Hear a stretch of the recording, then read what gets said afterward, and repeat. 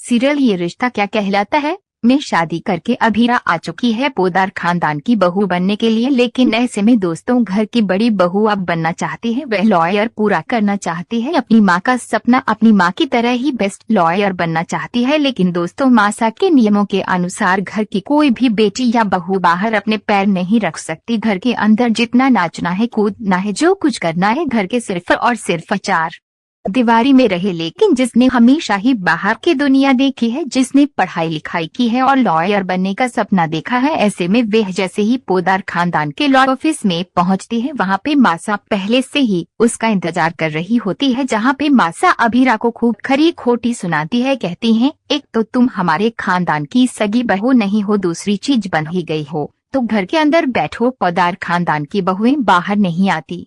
तुम्हारी हिम्मत कैसे हुई यहाँ पे अपने पैर रखने की, यहाँ पे आने का तुम्हें कोई भी हक नहीं है। लेकिन ऐसे में दोस्तों उसकी बात को बिल्कुल भी अनसुना कर देती है और कोई नहीं बल्कि अभीरा उसे समझाने की भी कोशिश करती है, लेकिन मासा बिल्कुल भी उसकी नहीं सुनती। उस पर इतने बुरे तरीके से बरसती है कि खुद अभीरा डर जाती है। लेकिन उसके बाद वहाँ पहुँचता है उसका सबसे बड़ा सपोर्ट सिस्टम, उसका पति अरमान। वह आकर बताता है और समझाता है मासा को कि अभीरा को जो कुछ भी करना है उसे करने दीजिए, अभीरा मेरी जिम्मेदारी है। मैंने उसकी माँ से वादा किया है कि उसे बेस्ट लॉयर में बनाऊंगा। अभीरा बहुत काबिल है, वह अपना केस भी लड़ सकती है, वह बहुत ही अच्छी बनेगी। ऐसे में मासा और अरमान के बीच में बहुत बड़ी कहासुनी होती है, वे अभी अभीरा की वजह से। आप लोगों को क्या लगता है, क्या अभीरा को लॉयर बनने में अरमान मदद कर पाएगा? उसके सामने जो मुश्किलें आएंगी, क्या उनसे निपटकर वह अपनी बीबी अभीरा को एक लॉयर बनाएगा या फिर नहीं? कमेंट करके हमें अपनी राय जरूर बताएं।